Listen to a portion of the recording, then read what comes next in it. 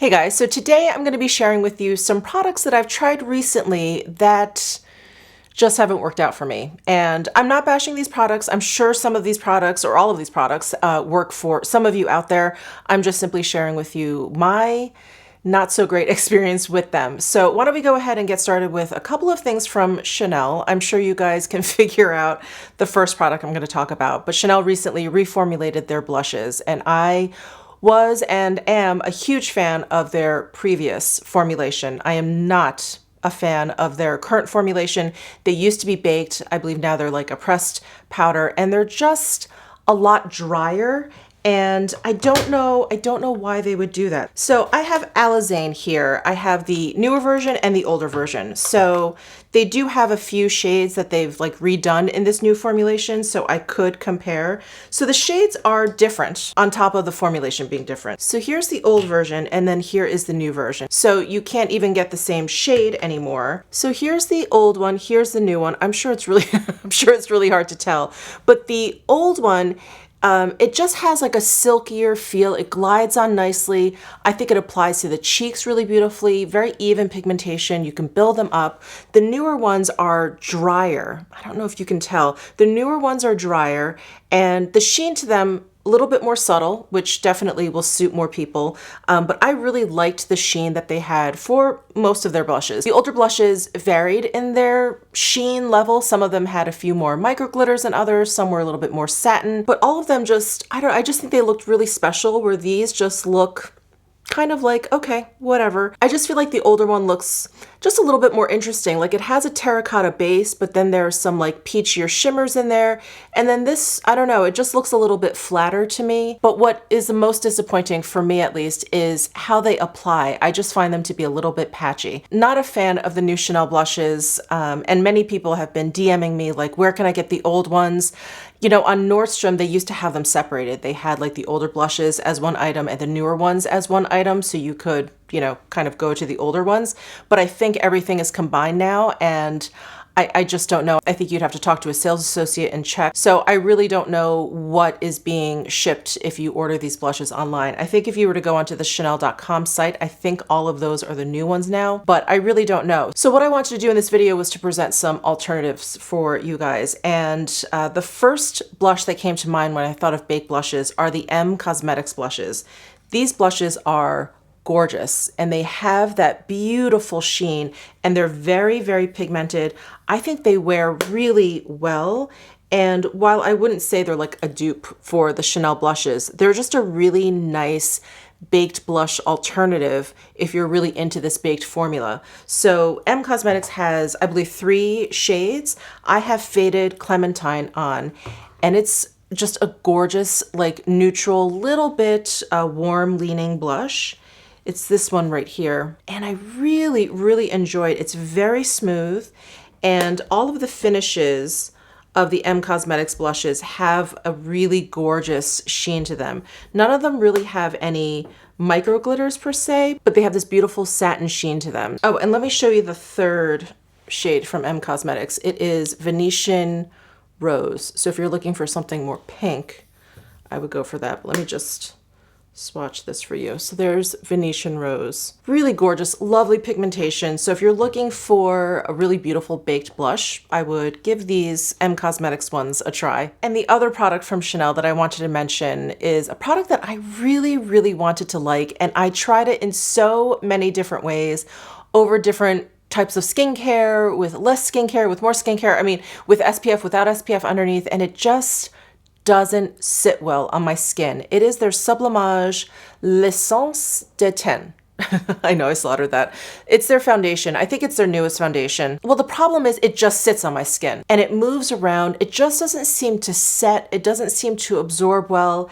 And even if I give it a lot of time to set before I do anything else with my skin, before I apply any powder or concealer, anything else, there's still just a bit of it that just moves around a bit. And like I said, I tried it over lots of different types of skincare, very minimal skincare. I thought, oh, well, this is a serum foundation, so you know, maybe I just don't need that much skincare underneath. It's supposed to have skincare, you know, benefits in there. So very minimal skincare underneath, you know, no moisturizer, no oils, no nothing.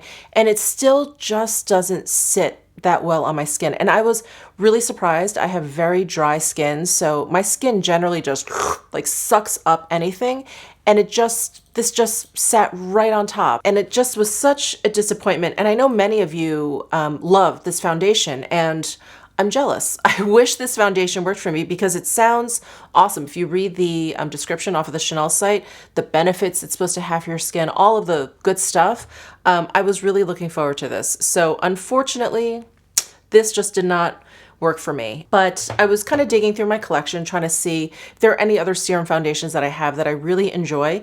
And I don't have a ton of serum foundations, but I do have two that I really, really like. The first is the Kjaer Weis Serum Foundation, and the other is the By Terry Terribly Denseless Anti-Wrinkle Serum Foundation. And both of these serum foundations work really, really well for my skin. The Kjaer Weis has a much thinner kind of texture than the Chanel. The Chanel has a little bit of a creamier texture, which By Terry has. By Terry has a nice creamy texture, but both of these serum foundations just sits really well on my skin. I don't really have like the problem with the Chanel where it just doesn't set down. They both make my skin look really beautiful, and they both are very long wearing, which is surprising to me. When I put on a serum foundation, it always seems so emollient that I think, oh wow, this is just gonna glide right off my skin. It's just definitely not gonna be one of those foundations that's long wearing. But both of these are actually very, very long wearing, and I was especially surprised with the Kjaer Weis because this has such a thin consistency. I remember doing a wear test with this foundation, and I was cleaning out my garage that day. I napped afterwards. Like I put this foundation through the ringer, and it looked beautiful.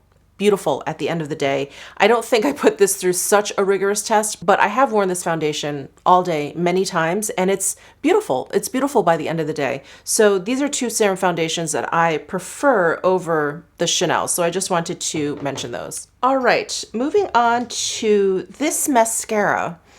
And I was so sad that this didn't work for me because I love this brand. I love all of their other products. They've started out with lipsticks. Most of their products are refillable and just absolutely beautiful. I'm talking about La Bouche Rouge, and they came out with a mascara. I think it's just called the mascara. I think they only have one. So anyway, I purchased it when they came out with some like bronzers and highlights and eyeshadows. I love all of those products. This mascara just didn't work out for me. And again, this was one that I tried on several different occasions. It's not like I primed my lashes, so I felt like, I was gonna get this completely different outcome. But I made sure to put powder under my eyes because I do feel like that affects like the wear of mascara. Sometimes the mascara will transfer or get smudgy if you don't powder underneath your eyes. At least that's the experience I've had. So, I powder under my eyes. I didn't powder under my eyes. I tried all of these different things. I wore it with cream eyeshadow, I wore it with powder eyeshadow, I wore it without eyeshadow. I tried this mascara plenty of times, and I would say about midday I would start to see flaking underneath my eyes. So unfortunately, this mascara did not work for me. But I was digging through my collection because La Bouche Rouge is like a clean beauty brand, and I thought, what are some clean beauty brand mascaras that I like? The first one that just popped out to me is the Ilia mascara, and that's the mascara I have on today. I love this mascara, and I've been trying a lot of other mascaras or whatever, so this is definitely kind of fallen towards the back of my vanity here. But when I put it on today, I was reminded of how beautiful this mascara is, how lovely it wears. I never ever get a smudge, a flake, nothing from this mascara. And it's really gorgeous, and Ilia is like a clean beauty brand. So I thought that would be a good alternative to this La Bouche Rouge. I also wanted to mention the Victoria Beckham one. Victoria Beckham is also a clean beauty brand, and I actually just mentioned, when did I mention this mascara? Oh, in my 5 favorite products from 5 more favorite brands, I did Victoria Beckham Beauty and mentioned her mascara because it is fairly new to my collection, but it wears really well. I think it looks beautiful on my lashes, but it's a tubing mascara, which I happen to love. I feel like people either love or hate tubing mascaras, but that one just comes right off like when you put water on there and you just sort of rub your fingers around your lashes, like the pieces of the mascara just come off. So it's really easy to remove and smudge proof, doesn't flake, none of those things. So I really love that mascara. I wanted to point that one out too. I just can't find mine. I was just using it and I don't know what I did with it. So anyway, I wanted to mention that one also as an alternative to the La Bouche Rouge mascara. All right, next is a product that I actually returned. I purchased this during the Sephora VIB sale. and it is the Guerlain. I'm going to flash a picture of it up. It's like the Guerlain Kiss Kiss floral tinted lip balm, something like that. And I love Guerlain, as you guys know. And I love a tinted balm, another thing I'm sure you guys know. And when I got it, I was like, ugh, it just tastes and smells like flowers. And it just, I don't like that. I don't like that on my lips. It's too close to my nose. It didn't fade. I could taste it. And I was really bummed because the color I got, this very nude color, it was beautiful. I mean, it was really, really beautiful. So I was very, very disappointed that they would have to put like such a strong scent in their lip product. And again, another product I'm sure that works beautifully for a lot of you who don't mind that scent, because it is a lovely product. And if you don't mind a floral scent on your lips that you can smell and taste, then you won't mind the Guerlain Kiss Kiss tinted lip balm. But I did want to present some other options for you that I really, really enjoy. Of course, the Rouge Coco Flashes from Chanel. These are amazing, absolutely amazing. They're a little bit more than just a tinted balm. They're almost like a serum slash oil and stick, but they do feel a little bit more balmy in that they're not too loose on the lips. The pigmentation of these, I would say, is in the middle. It's not too light, but it's not overly pigmented. They're just really beautiful to wear, and they have the largest like color selection, color range in the Rouge Coco Flashes. So wanted to mention that. I also wanted to mention the new Byredo tinted lip balms. These are wonderful. They're definitely more balmy than the Rouge Coco Flashes, so they're a little bit thicker on the lips. They've come out with 3 colors. I picked up the shade Argila. Someone corrected me on my pronunciation. Argila, I think is how you pronounce it. I still could be slaughtering it. But this is closer to a true tinted balm because it does have that thicker texture and the pigmentation of this is very light. So did want to mention that. And I hesitated in talking about these Gucci tinted lip balms. I don't know the proper name, but these do have a scent to them. And it's definitely not my favorite. It's kind of powdery, but I feel like it dissipates on my lips and it's not something that I can taste. At least I can't. I've heard a few people talk about these and how they can actually kind of taste the fragrance. I can't taste the fragrance. I can definitely smell it, but I feel like it dissipates on my lips fairly quickly. So I did want to mention these because the colors that Gucci comes out with for their lip products, I mean, so incredible. I have so many of their nudes and they're all like different enough. I don't know how they do it. Anyway, I just wanted to mention these as well as a nice alternative to those Guerlain Kiss Kiss tinted balms if you're not into a floral situation on your lips. Oh, and one last tinted lip balm I wanted to mention. It's actually the one that I'm wearing today. This is from Decorte, and I had the shade SP050 on. I love this color because it just gives you this milky wash with a little bit of like a satin sheen. It's just really pretty on the lips, and I think you guys can probably see, but it's so moisturizing. Really, really moisturizing, feels great on the lips. I think the label is Japanese, so I don't remember the exact name of this lip product, but again, I'll leave it down below in the description box, but this is shade SP050, and that's what I have on my lips today. Oh, this next product was such a disappointment. I was so excited for the release of this product, and I think everyone was. And I think, you know, a lot of people really enjoyed this product, but I just didn't like the shade and the tone and the undertone of it. And that is the Anastasia Beverly Hills Iced Out Highlighter. It just looked a little too like yellow green on my skin. And I'll do a swatch. I think you'll be able to see it in the swatch. It's hard when there's a reflect. It looks a lot lighter than it is, but it's really quite deep. I don't know if you can see that yellow. It's really, really quite deep. And by the way it looked in the pan, which is almost white, and it being called an iced out highlighter, I thought it was just going to be a lot lighter. And what I think we were all hoping for was that it was basically going to be the Amrezy highlight, but repackaged with like a different imprint in the pan. And I definitely saw plenty of reviews of this product where people really liked the tone and the shade. But I have to say, and correct me if I'm wrong, correct me down below in the comments section, I have not heard anyone talk about this product since it was released. And I don't know, I'm making assumptions here, but I feel like this just didn't really resonate into anyone's makeup collection because I do feel like the tone of it is just so gold. It's so yellow that it just, I don't know, it just translates really poorly, at least onto my skin tone. But let me know your thoughts on that highlight. I'm really curious because like I said, I just haven't heard anyone talk about the highlight since its release, since people first hauled it. So anyway, let me know. But I did want to show you some other baked gelée highlighters because this is a baked gelée formula. I have quite a few baked gelée highlighters. So I just grabbed a couple that were kind of right in the front of my drawer, and the Clinique Lunar Pop, what is this called? The Powder Pop Flower Highlighter in the shade Lunar Pop. This is a baked gelée formula. And what I love about this highlight is it has such a creamy quality to it. Actually, I wiped off my ABH swatch. Let me swatch that again. So I think you can see how much more, I don't know, natural, subtle, I can't think of the right word, this Clinique is next to this ABH, which is just straight up like yellow. This one has like a light, fleshy tone to it.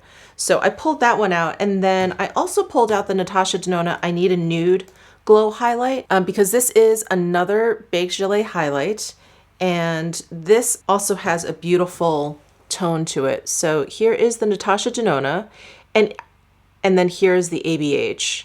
And the Natasha Denona, like if you were to swatch that next to the Clinique, it would probably look too deep and too yellow. But next to this Anastasia Beverly Hills one, it looks like it's neutral. It's neutral toned. So anyway, I thought these were some good alternatives if you are looking for a baked gelée highlighter. There's obviously a ton of other ones, like Nabla has a beautiful one. The Milk Cosmetics highlighters are baked gelée as well. Those are gorgeous. There's some Chanel limited edition ones. You know, if you can still find them, those are just absolutely stunning. So a lot of good alternatives to this ABH. And this was just, I don't know, so unfortunate. I think we were all so looking forward to it because the Amrezy one is so beautiful. So anyway, that's the ABH Iced Out Highlighter. And speaking of highlighters, I had purchased a bunch of the Merit Beauty products off of Sephora when it launched. And I really enjoy like their 1980 brow pomade. That's really awesome. I enjoy their foundation stick, but I also purchased their highlighter stick. And I remember when I opened it up, it looked like it was sweating a little bit. So I thought, oh, wow, this is a really kind of like emollient highlight. But the stick itself, it's just really oily. And I returned it. So I'm just going to flash a picture of it up here for you. I returned it because it just didn't sit well on my skin. And because it was oily, it was almost like the pigment also wasn't like dispersing evenly. Like it just looked kind of patchy. And for a cream product, that's a little bit strange.